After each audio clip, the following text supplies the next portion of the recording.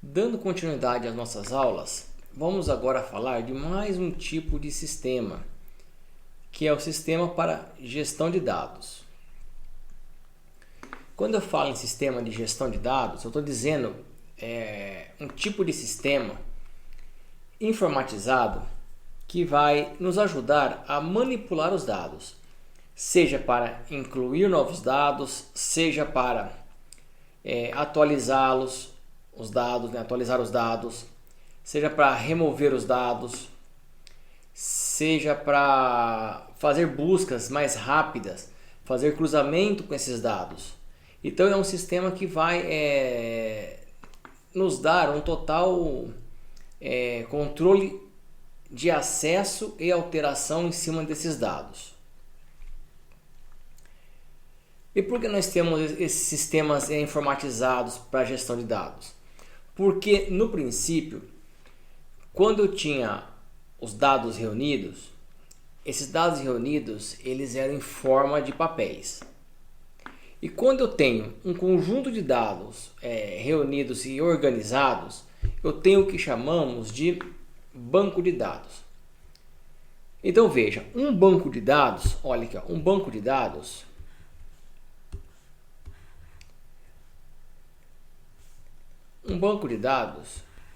é um conjunto de arquivos de dados relacionados entre si com registros sobre algum assunto.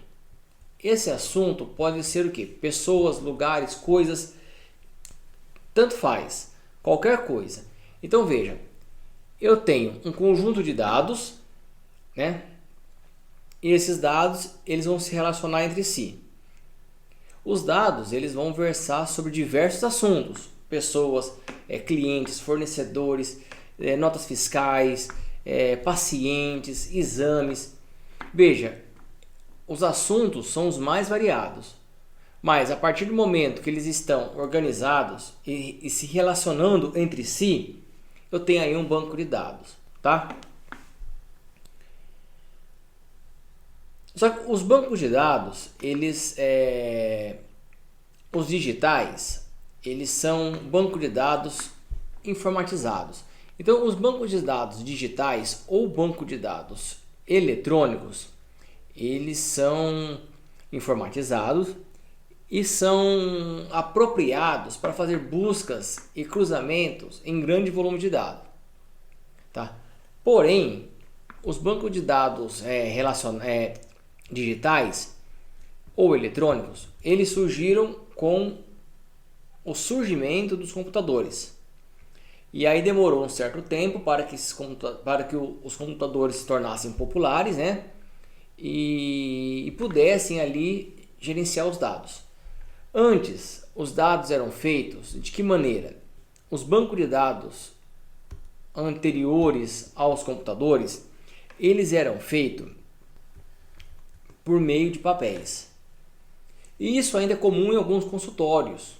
Você chega num consultório médico, você ainda vai encontrar ficheiro de paciente ali em papel, onde a secretária ela verifica, né, os papéis, procura no papel, tira a tua fichinha, entrega para o médico na hora da consulta ele vai anotando, né, as informações nessa fichinha em papel.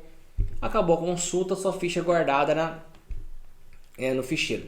Então veja, esse tipo de controle que é feito em consultório médico ou empresas de pequeno porte, mas microportes, tá? Nem pequeno, é microporte mesmo. Esses bancos de dados são feitos de papéis.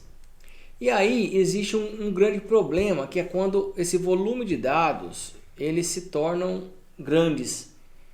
Então um consultório médico, cujo médico atende há anos, dificilmente ele vai conseguir buscar informações ali, fazer cruzamento de dados da maneira em que ele vem registrando as consultas.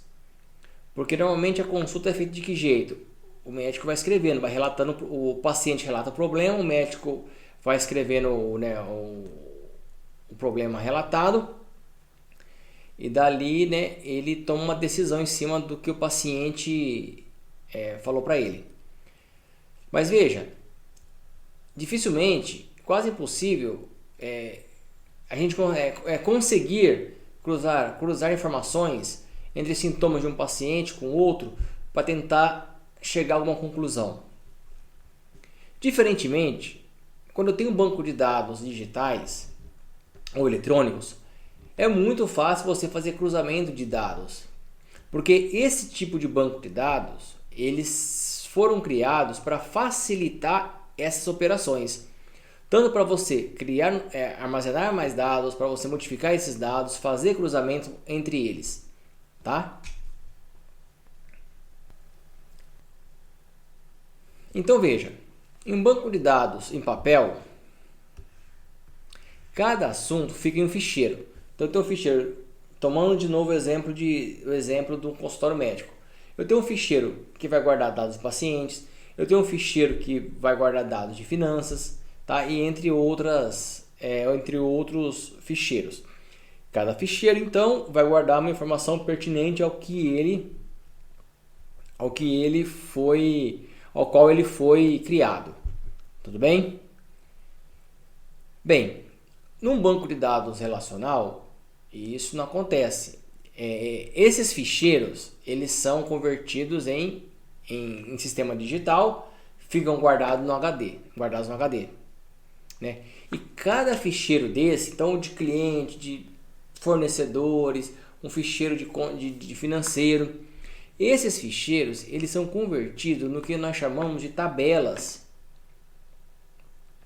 As tabelas é a maneira pela qual os bancos de dados eletrônicos, eles guardam os dados segmentados por assunto. Então imagine o seguinte, eu tenho lá o meu ficheiro de fornecedores. Eu vou ter uma tabela de fornecedores. Eu tenho meu ficheiro de cliente. Eu vou ter uma tabela de cliente. Então, houve uma conversão entre ficheiro físico para um lugar digital chamado tabela, tá? E a tabela, ela organiza os dados de forma de linhas e colunas, tá? Então, as tabelas nos bancos de dados, elas são organizadas de formas linhas e colunas. Então, vamos ver aqui um exemplo de uma tabela. Outra coisa, eu disse que as tabelas elas se relacionam, né? Uma vez que elas se relacionam, esse relacionamento ele é permitido porque o banco de dados que os dados atualmente são armazenados são chamados de banco de dados relacional, tá? Em que as tabelas se relacionam. Então esse tipo de organização dos dados ele surgiu na década de 70, tá? E é usado até hoje. E não há previsão para ter seu uso finalizado, tá? É um modelo que funcionou muito bem. Então veja, eu tenho aqui uma tabela, um exemplo de uma tabela. Essa tabela é uma tabela de fornecedores, tá? De fornecedores, ó.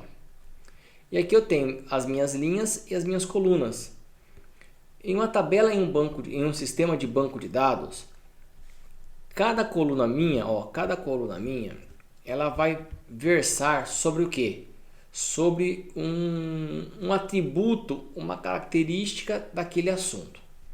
Então, por exemplo, se eu estou falando de fornecedores, cada coluna minha, ela vai guardar uma característica de fornecedor. Por exemplo, a cidade do fornecedor, o estado do fornecedor, a rua, o nome, tá? Se fosse cliente, cada coluna ela ia armazenar os dados, as características de um cliente, tá bom?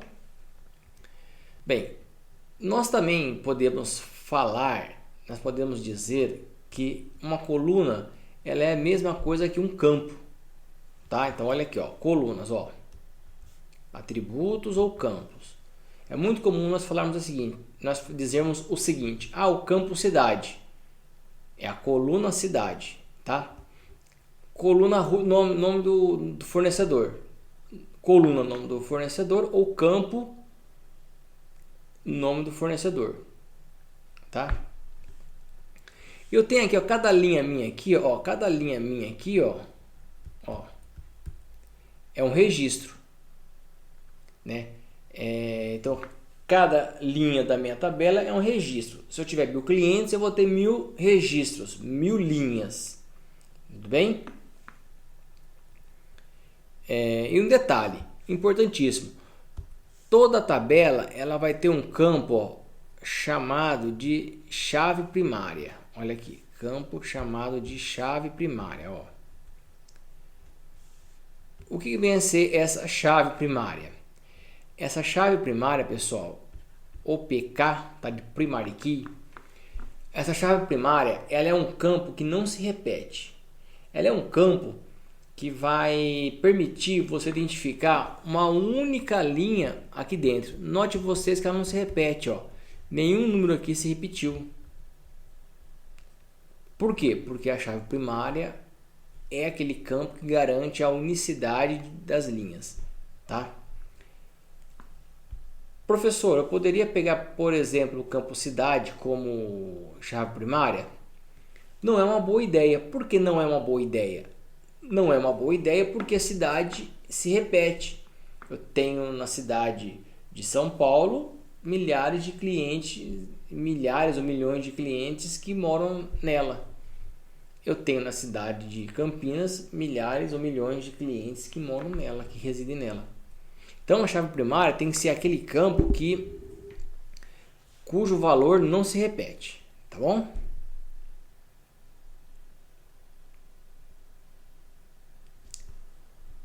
Bem, então os dados eles são organizados de forma relacional. Como eu disse para vocês, cada linha minha é chamada de registro, tá? Eu tenho uma coluna minha ou um campo chamado número do fornecedor. O número dele, eu falei para vocês que é a chave primária, né? Então, esse campo, ó, é um campo especial, chamado campo-chave ou chave primária, que permite identificar individualmente cada registro na minha tabela.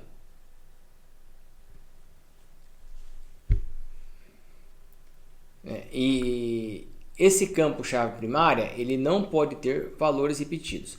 Então, por isso é muito comum CPF ser uma chave primária. É muito comum o prontuário do aluno, no caso de vocês, ser uma chave primária. Porque são aqueles campos que não se repetem. Tudo bem?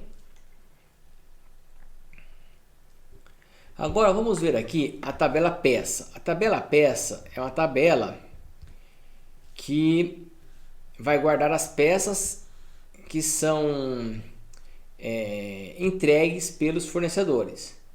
Eu tenho fornecedores e cada fornecedor eles me fornecem várias peças. Então eu guardo aqui na tabela de peças, ó, eu guardo aqui o número da peça, a descrição da peça, o preço unitário, e vamos deixar esse campinho aqui para depois, tá? Então o número da peça, ele falou, ó, que é a chave primária. Então repare que nenhuma delas se repete, ó. Nenhum número se repete. Descrição da peça. Olha, aqui estão as descrições de cada peça fornecida por fornecedores. O seu valor unitário. Então repare, ó como ficou bem organizada as informações em um banco de dados. Como elas ficam bem organizadas. Linhas e colunas. Cada coluna ou cada campo é um atributo no caso aqui, de peças. E cada linha é uma peça. Agora, deixei por último a coluna número do fornecedor. Número do fornecedor. Esse número aqui, pessoal, se refere ao mesmo campo que é chave primária lá na tabela fornecedor. E esses valores que estão aqui dentro, ó, esses valores que estão aqui dentro são os valores que dizem respeito a um determinado fornecedor. Então veja, eu sei por aqui, ó, que o fornecedor 8259 me fornece, ó, 3 tipos de peça. O fornecedor 8444, ó, ele só me fornece uma única peça, porque não tem mais esse fornecedor aqui, ó. Assim como esses dois fornecedores também, ó, só me fornece uma única peça cada um. Já o fornecedor 8259, ele vai me fornecer, ó, uma peça, duas peças, três peças, tá ok? Se eu quiser saber quem que é esse fornecedor, é só eu voltar aqui um pouquinho, ó. 8259, é isso aqui, né? Ó, é o CBM Inc, tá? Então a chave estrangeira, pessoal, é aquele campo que ele permite você ligar as tabelas. Professor, por que eu tenho que ligar a tabela? Eu não poderia guardar tudo numa tabela só? Então imagina o seguinte, que na tabela de fornecedores eu colocasse aqui na frente, ó, aqui na frente, por exemplo, ó, eu colocasse aqui na frente, ó, continuasse aqui, dados relativos a peças, entendeu? Peças, ó,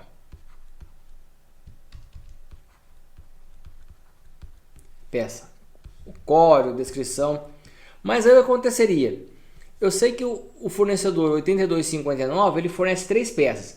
Então, para cada peça que eu colocaria aqui desse fornecedor, eu teria que repetir os dados dele três vezes. Aqui, aí abriria um espaço aqui. Para cada peça teria esses mesmos. Para cada peça do fornecedor 8259, eu teria que repetir todas essas informações.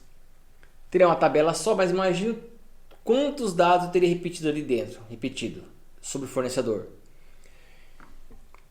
Isso vai me causar uma série de impactos. Por exemplo, vai me causar impactos em tamanho de tabela, uma tabela com muitas informações desnecessárias. Vai me dar muitos dados redundantes, ó. Muitos dados redundantes, né, repetidos. E veja bem, na hora que eu fosse atualizar, alterar o dado de um fornecedor, eu teria que alterar isso em quantas peças ele for fornecendo. Então ficaria uma coisa assim desnecessária. Com o uso do campo chave estrangeira, então o campo chave estrangeira, ó, o campo chave estrangeira, eu tenho a chave primária lá na tabela fornecedor e na tabela peça, aquele campo que é a chave primária em fornecedor, na tabela peça ele vira uma chave estrangeira servindo como campo de pesquisa para buscar dados dos fornecedores que fornecem a peça, tá? Isso serve para qualquer outra relação, tá? Isso daqui, pessoal, eu estou falando de forma bem superficial porque a ideia dessa aula aqui é vocês terem uma noção sobre o sistema de banco de dados, sistema que organiza os dados, né? Vocês vão ter no curso aulas específicas de banco de dados, que isso é visto com mais calma e muito mais detalhes, tá?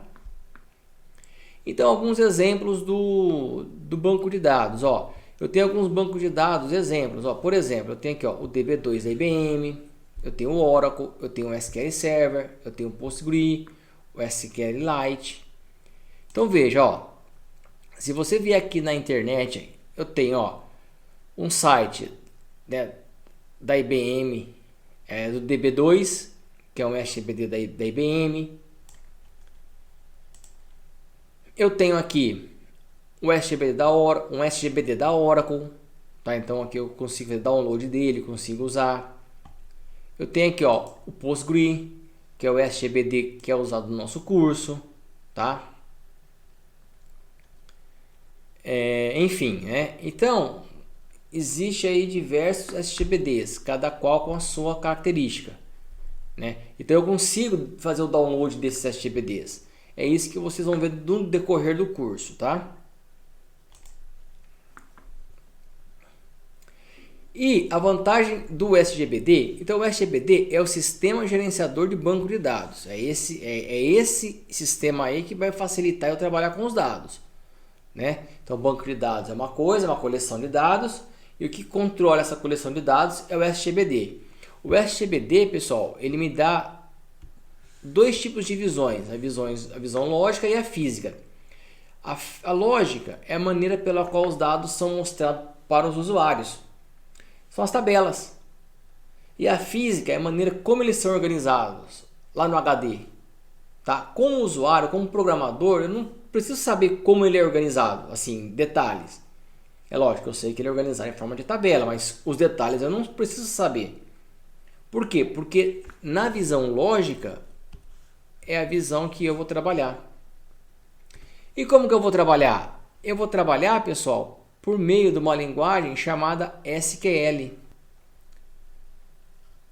A linguagem SQL é um acrônimo. É um acrônimo para Structure Query Language. SQL. E o SQL me dá uma abstração de dados que eu não preciso saber como os dados estão organizados. Eu simplesmente tenho que pedir, eu tenho que escrever, pedir para o SGBD os dados. Em SQL, se eu quiser saber o nome e o endereço de clientes, eu simplesmente faço select, nome cliente, endereço cliente, from cliente, onde o nome do cliente e o endereço são atributos, são as colunas, e cliente é a tabela. Então, na prática, como é que isso ficaria na prática? Olha, eu tenho aqui meu SGBD, tá? Em cima de um banco de dados PostgreSQL. Olha aqui a tabela de cliente, por exemplo. A tabela de cliente tem as suas colunas, tá? Então, deixa eu...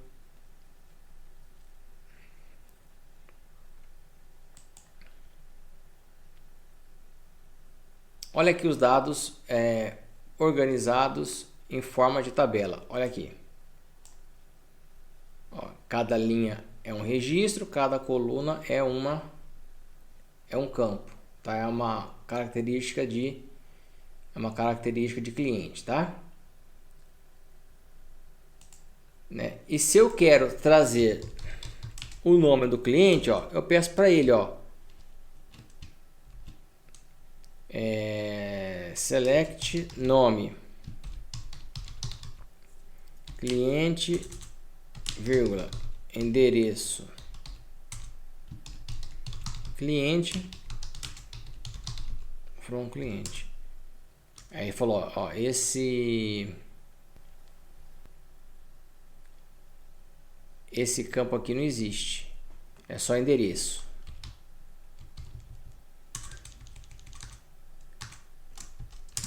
Então aqui, ó, então eu pedi para ele os dados, ele me trouxe os dados, tá bom? Então a SQL ela permite que eu faça isso. Professor, não entendi muito bem isso não. Não se preocupe, porque aqui vocês vão ter disciplinas que trabalham com detalhes a linguagem SQL, tá? Pessoal, então terminamos aqui. Eu quero que vocês vão fazer agora um exercício que está lá no Moodle a respeito dessa aula. Tudo bem? Até mais, pessoal. Até breve.